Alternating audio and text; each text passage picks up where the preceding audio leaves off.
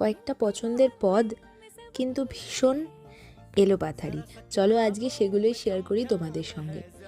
কিছু সময় হয় না যে এমন কিছু পদ থাকে যেগুলো আমরা রোজকার খাদ্য তালিকায় পাই না ঠিকই, বা সবসময় সেগুলো বাড়িতে বানানোও হয় না, কিন্তু মাঝে মাঝে যখন হয় তখন আলাদাই একটা আনন্দ লাগে, কারণ এই পদগুলোকে আমরা সবসময় পাই না তাই জন্য। তো প্রথমেই ছিল ভাতের সাথে চাপড় ঘণ্ট, যেটা অনেকগুলো সবজি দিয়ে বানানো হয়, দারুণ একটা খাবার। তারপর ছিল আলুর চোখা। হ্যাঁ, আলুর চোখাটা প্রায়ই আমরা খাই ঠিকই, কিন্তু চাপড় ঘণ্টটা তো সবসময় হয় না। আর তারপর ছিল মূলো ঘণ্ট। এই মূলো ঘণ্ট সারা বছর যতই খাওয়া হোক না কেন, এই শীতকালে মূলো ঘণ্টর টেস্ট কিন্তু সারা বছর কখনোই পাওয়া যাবে না। তারপর ছিল শোল মাছের তরকারি, আর সব শেষে ছিল মিষ্টি দই। এই পুরো থালাটায় সবকটা পদ তো আমার ভালো লাগেই, কিন্তু এই চাপড় ঘণ্টটা একটা আমার আলাদাই প্রিয় পদের মধ্যে পড়ে।